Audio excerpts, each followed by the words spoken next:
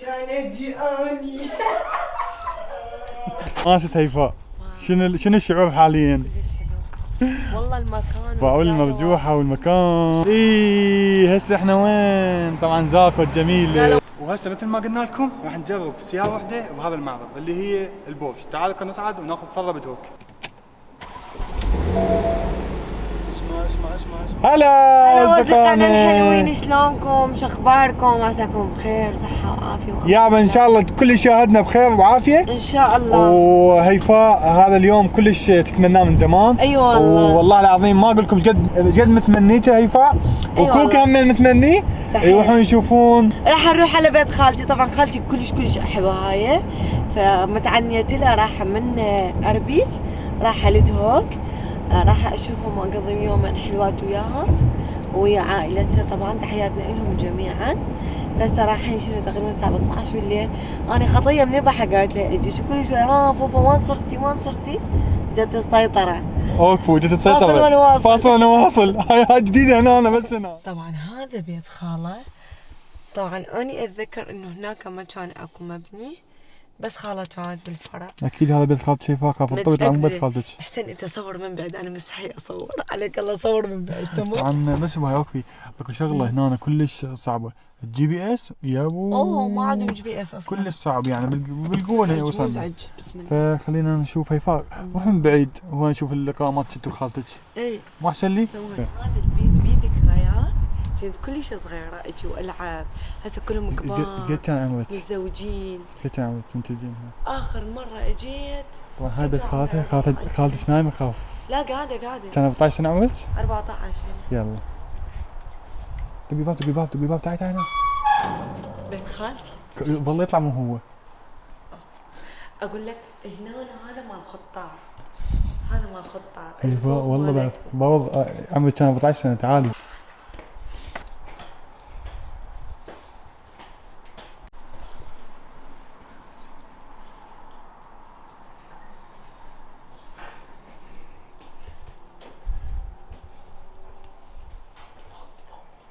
هيجو شو السالفه؟ فوت زي وضع الفوت.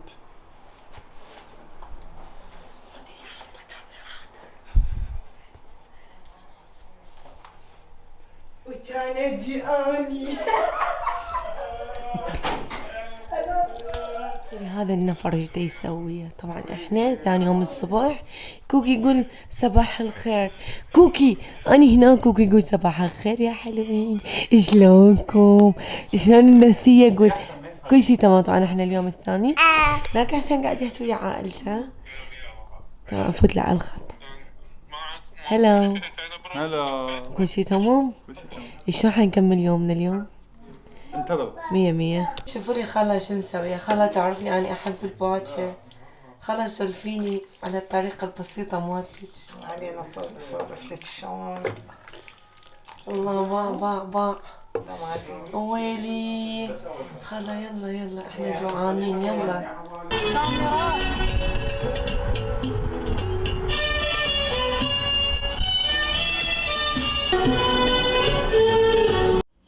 ومعقولة نجد هوك وما نشوف جبل زاوية؟ طبعا هسه رحنا الجبل زاوية حتى نشوف هذا المكان الحلو، وما شاء الله مرتفعات كلش عالية بهذا المكان. طبقنا السيارة هنا وشوفوا لي الإطلالة من فوق. طبعا هنا بالليل الإطلالة كلش رهيبة والمناظر كلش حلوة والجو كلش حلو، تشرب نرجيلة تقعد ويا أصدقائك. فما شاء الله هنا المكان كلش حلو.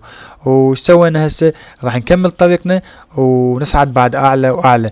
المكان كلش مرتفع وهنا يجي أكيد التلفريك اللي مثل ما قاعد تشوفوه قبالنا موجود تلفريك بهذا المكان. طبعا دهوك برعاية الشيخ زين العابدين حبيبي.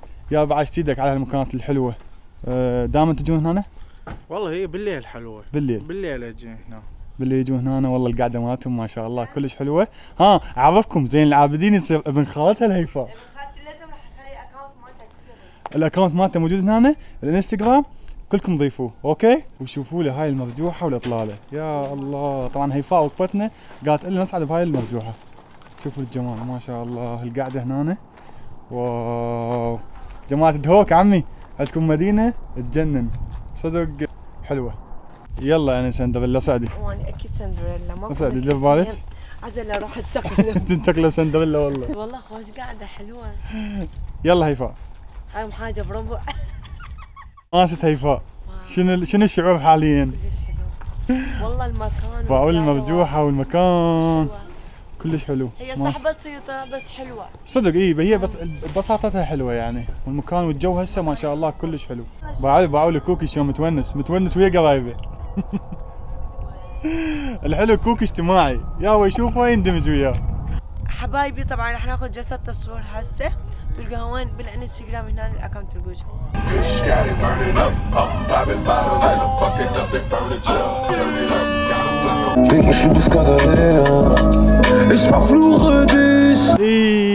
هسه احنا وين؟ طبعا زاخو الجميلة. قالوا قلعة زاخو اسمها. هسه حنروح نشوف شكو ماكو هناك. احنا هسه صار كم محافظة نزور؟ رحنا اربيل ودهوك وزاخو. 3 محافظات زرناهم بالعراق، وبقى هواي عندنا محافظات ان شاء الله نزورهن، بس هاي المدينة ما شاء الله كلش حلوة، وزاخو كلش جميلة، ناخذ لنا فرة بيها ونشوف هاي القلعة مال زاخو، ونرجع نطلع نشوف لنا مكان ثاني. قاعد نصعد للقلعة اللي فوق النهار نشوفكم اياها. هاي مكان جاي يمكن من كان عمري 14 15 جاي لهالاماكن، وهسه رجعنا بعد عمر طويل. صار لك من 21 سنة ما جاي. هسه قد عمري 100. لا.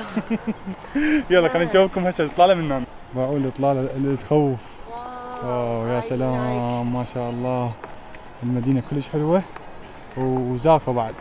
يابا شوف لي القعده هنا ما شاء الله. طبعا قبل شويه قلنا لكم قلعه زاخو، لا هي مو قلعه، هو الجسر العباسي. الجسر العباسي اللي هو هذا الجسر العباسي اللي قلنا لكم عليه. ما شاء الله هنا القعده.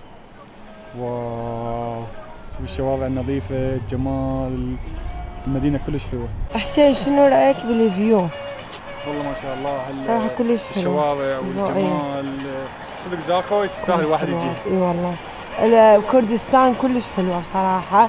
لما رايحين وشايفين بغداد قالوا بغداد راح تنصدمون بها. بغداد هم قالوا هسه ما شاء الله كلش حلوة وجميلة، وان شاء الله هم نشوفها. هسه اجى وقت كوكي لازم راح تنقلب الدنيا قبل لا يجي نجهز له اياها. يلا حسين اخذ له باتمان ودا سبونج بوب. جبناها الهدية مال كوكي. وينها؟ شوفيني اياها. باع كوكي شو حيصير؟ باع شو حيسوي؟ ها كوكي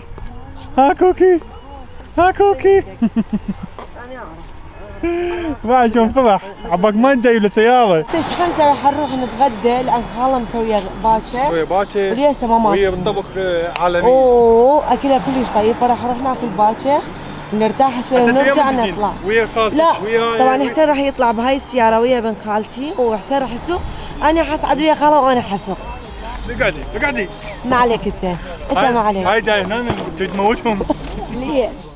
زاخو تحياتنا لكل شعب زاخو، متابعينا من زاخو كلش حلوة. نحبكم جميعا، وان شاء الله نشوف المتابعين الجديدين اللي ان شاء الله باقي المدن. واتمنى لهم امن وامان واستقرار ان شاء الله. الله يديم عليكم هذا الجمال وهذا اتمنى هذا الشيء اليوم البغداد همينه ان شاء الله. البارحه طبيت على خاله، لا دقيت ولا شيء، بس فتحت الباب وطبيت.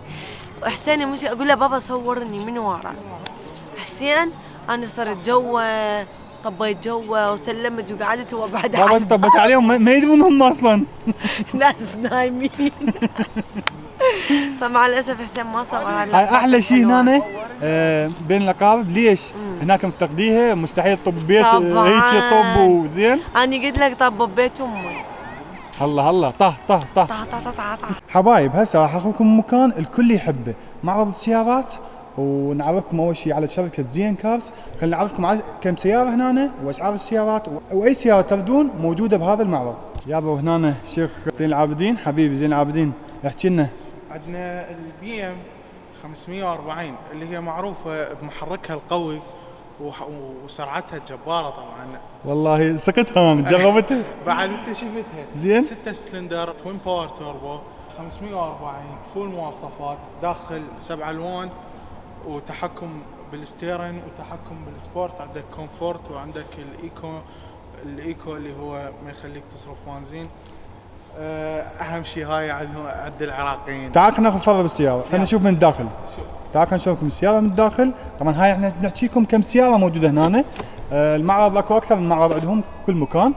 بس شوفوا لي الداخل مالته. اكثر من 5 افرع. بدهوك داخل دهوك عندنا 5 معارض بغير اسماء، بالمعارض القديمه يسموها. هناك يكون الشغل اقوى. وعندنا فرع زين كارس باربيل، وعندنا فرع زين كارس بسليمانيه. يعني اي سيارة ببالك واي سيارة خلها ببالك الماني امريكي راح تجي تلقاها عندهم. اوكي اي شيء تريد. عندنا الافرع البدهوك، عندنا سياره مختصه، المعرض مختص خاص بالامريكي، وعندنا خاص بالالماني، وعندنا خاص بكل انواع السيارات.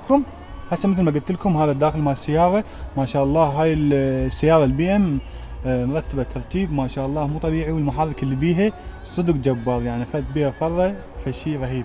واكيد فتحه، والسيارات هنا اللي موجوده هم كلها سيارات نظيفه وكلش راقيه. بما انه جاي انا من المانيا فاكيد وانا احب السيارات الالمانيه. تعالوا خلينا نشوفكم السياره الثانيه اللي هي البورش. تعالوا شوفوا لي البورش هاي. طبعا هسه زين العابدين قال لازم نسوي بيها فره ونطلع نشوف دهوك بهاي السياره. شوفوا لي الجمال مالتها ما شاء الله، والترتيب والالوان. هاي الالوان انتم مسويها اي داخل اي كان داخل احمر اللي هو يسموه دم الغزال، مبدل الى الاسود والاصفر. حلو. بعد داخل بعد الفتحه شامواه فوق السياره ما شاء الله ما ناقصها كل شيء. مثل ما قلت لكم الناس اللي موجوده واللي تحتاج اي سياره كردستان ممكن تتواصل وياهم، وشغلهم ما شاء الله نظيف، تعاملهم بمصداقيه، وتحصلون كل شيء اللي تريدوه هنا. هاي السياره اذا نحكي على المواصفات مالتها ما ننتهي منها اليومين. السياره اذا مو مواصفات ما يجيبوها المعرض. طبعا هاي السياره الوحيده بكردستان هي الباب مالتها شفط، يعني المواصفات اللي بيها هي مو مواصفات عاديه. زين مثل ما قاعد تشوفون تمام. السياره شفط مثل ما شفتوها، بيها مواصفات الاولى اللي موجوده بهذا المكان. زين العابدين تعال احكي لي على العشق الثالث المرسيدس. شنو هاي مواصفاتها؟ مرسيدس اس 350 ديزل. طبعا معروف الديزل بصرفه يمشي مسافه كلش طويله. اي يعني هاي شلون اقول لك للكبار بالعمر يحبون هي السيارات، مرتاحين بيها، صرف ماكو ابدا. يعني الديزل صدق ماكو صرف، تسافر مسافه 500 كيلو ما يصرف شيء بسيط. كل شيء ما يصرف. سياره هم انا اقول لك مواصفات بعد مرسيدس. فردات داخل اصفر، داخل 7 الوان مثل ما نقول، جميع انواع المواصفات موجوده تلقوها هاي مرسيدس. بالداخل شوفوا الجمال، الخشب الجوزي هذا اللون صدق عشق بالمرسيدس. شاشات حتى اللي ورا اكو شاشات للمقاعد الخلفيه، يعني السياره ما ناقصها كل شيء. مثل ما قلنا لكم بهذا المعرض تلقون السيارات اللي يحبها قلبكم، وراح نخلي ارقام التواصل وياهم، راح نخلي الصفحه مالتهم. اي سياره تحتاجون، طبعا هذا المعرض هذا واحد من عده معارض يعني. اوكي اي سياره تحتاجوها تلقوها بهذا المعرض، والنظافه اللي عندهم كلش ممتازه. وهنا عندنا الانفينيتي همنا ما شاء الله شكل كلش حلو ولونها حلو، والسيارة كلش نظيفة مبينة من الداخل. أول ما تشوفها راح تحس أنه هي صدق نظيفة جدا راقية. وهنا عندنا المحرك مالتها 3.5، يعني ما أحكي لكم المحركات الجبارة تلقوها هنا. عندنا هنا هم من فورد. الفورد هنا ما شاء الله هم كلش حلوة نظيفة. البي ام همين عندنا جميع الالوان، عندك من الرصاصي ومن الاسمنتي ومن الابيض ومن الاسود، جميع انواع البي امات، ال 500 530 و 540 وحتى ال 550 هم موجوده، اللي هو محرك 8 سلندر. عندنا الام وعندنا الام باكج وعندنا العادي، جميع انواع السيارات موجوده. وهسه مثل ما قلنا لكم راح نجرب سياره واحده بهذا المعرض اللي هي البورش. تعالوا خلينا نصعد وناخذ فره بدوك.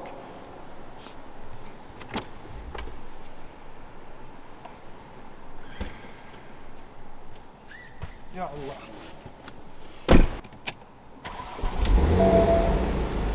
اسمع الحركه الحلوه بالبورش، الجناح ينفتح بدقمه.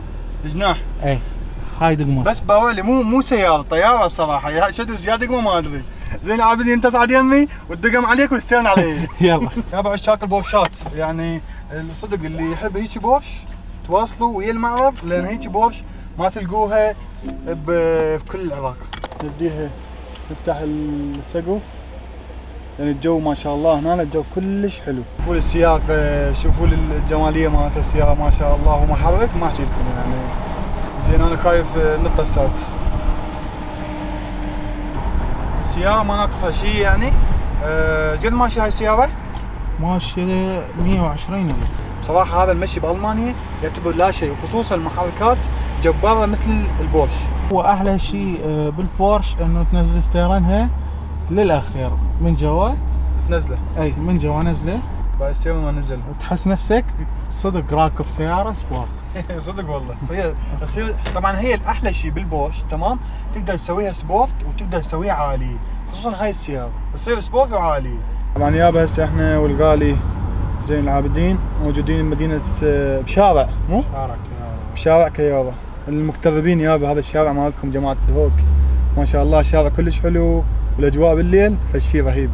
شوفوا لي الشارع، شوفوا لي العالم مفتحه، وهاي الناس لاي ساعه تظل زين العابدين؟ والله ظل ل 12 للوحده قاعد يستمعون ل 12 الوحده، والعالم ما شاء الله فاتحه، ومو شرط بس الايام العطل، لا يعني كل الايام هيك يابا. وهسه الساعه بالوحده كملنا اليوم مالتنا كمل، وما شاء الله الوحده يلا كملنا طلعتنا هاي، ونرجع للبيت يابا. ونقول لكم لا تنسون راح نخلي الارقام موجوده بالشاشه، تقدرون تواصلون اياهم اي سياره تحبون، ونشوفكم على خير.